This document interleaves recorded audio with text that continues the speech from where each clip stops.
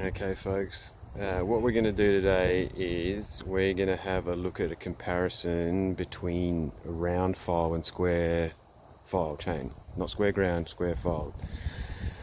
What we've got on here is we've got a 261 here, and we've got a full chisel, full skip hand round file, and then on this saw we've got an Archer full chisel, full comp, as you can see, round file. And what I've done here is I've converted this chain, and you're probably not going to be able to see it in this light with this camera. Maybe I've converted it to square file. So I'm going to run probably the little saw first and put this chain on. So this is a brand new Archer chain, one of those fancy Archer chains that I've been using. I'll try and get a tooth in the light. It's a bit hard to see. And I've converted it from round to square. Now it needs a couple more files before it's really schmick, but we'll see how this little saw goes in this pine log over here, and then we'll swap out to that chain, and same thing with the big saw. Alright, this is just a 261, this is stock, but I reckon it cuts pretty good. So the same pine logs as what we were running in the other video. Here we go, let's see if I can get this going on. Sorry about the shuddering. Here we go.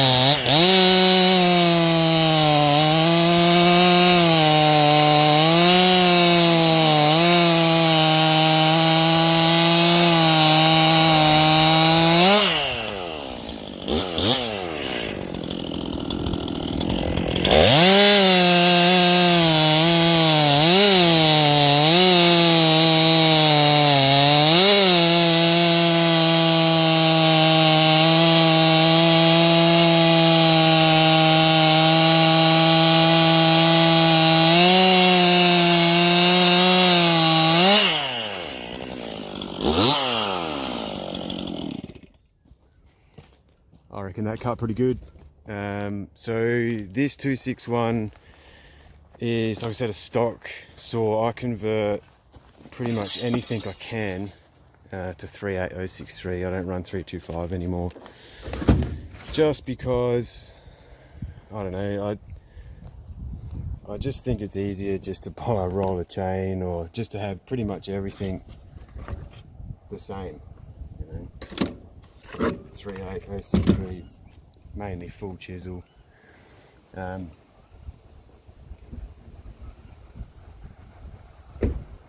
This little saw is running a 20-inch bar. The reason why I've changed it to skip tooth is, in a big log like that, full comp chain is a bit much chain. I think for this saw, if this saw was ported, it'd probably be able to run it, no worries. But we're about to see how it goes. I've never really run square chain before. I have a couple of times, but then converted it to round, because I never really embraced square filing. But I'm willing to give it a go, because why not? Something different, you know. I've been told it cuts a lot smoother, and for that reason it puts a little bit less load on the power head. That's the theory. we'll see how that theory works out. I'm very interested to see how this runs. If I can get the chain on. I'm a bit of a legend, I know.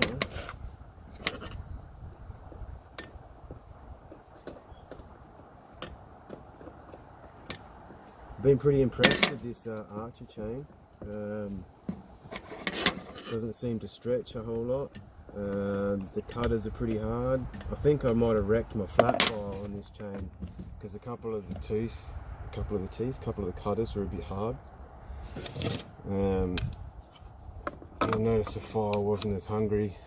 Maybe it was just wearing out. But,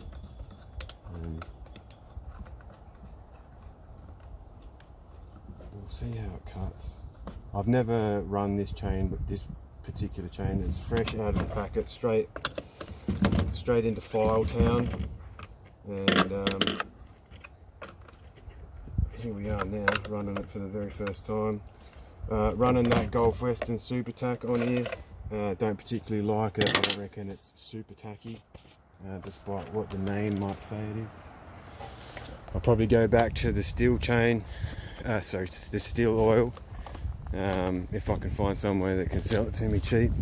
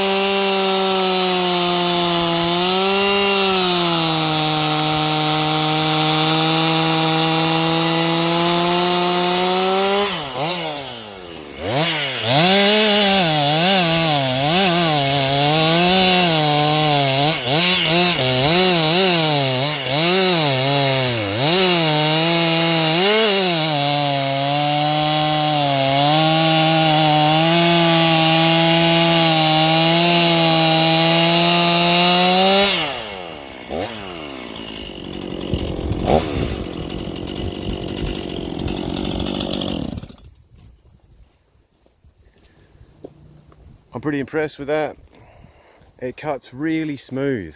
I don't know if you can see that from the video, but we got a bit of stretch on that chain. I'm not too worried about that. It's brand new. Pretty keen on filing some more square file though. I like that. You've seen this chain cut before, but I'm just going to show you real quick again. Check out the size of chips that was thrown. Jesus. Yeah, you've seen this particular chain cut on this saw before, but I'm just going to do a quick comparison and quickly change over the chain.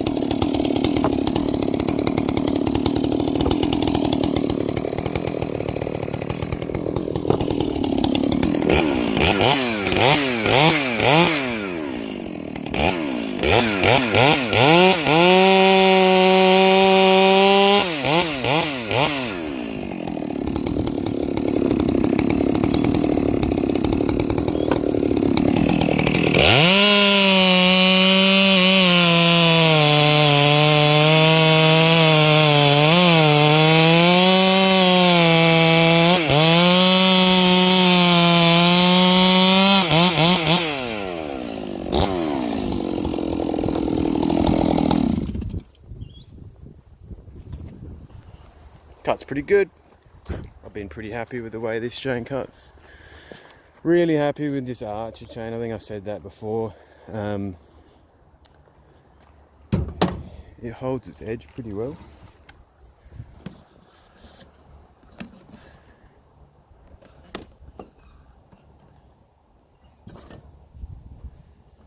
Yeah, when I sharpen it, even in some of the harder woods that I've been cutting the last week or so, it's been holding up pretty well. It hasn't really stretched much more from those first initial cuts that I did here. Actually stretched a little bit. I'm actually surprised how much that one stretched this time, seeing a shorter loop.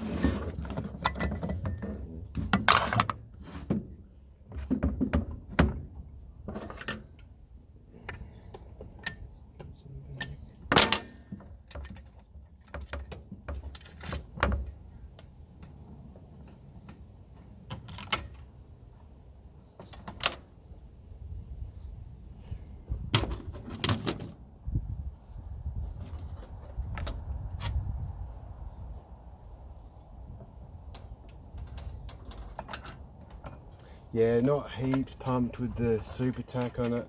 I noticed with the other heavy duty steel oil that I was running, chain bar oil,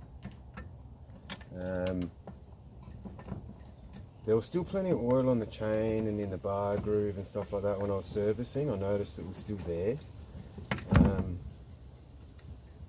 But even in different types of wood, the chain seems a lot drier, a lot less residual oil. You know, I mean, you can draw your own conclusions from that. My conclusion is, oh, the oil might be getting on there, but it's not staying there, which is probably not so much of a problem for the shorter bars, I think, but the longer bars, you kind of really need that oil to hang around. The ported saws that might be running slightly higher RPM in the cut, I'm just worried that it's just flicking off everywhere, and you know, my bar's not going to last. And I mean, you can see I'm not running Kmart bars. I want to try and, you know, spend the money on the oil so my bars last. You know, I run it pretty tight, just so that the cutter stays nice and square. Let's see how this goes.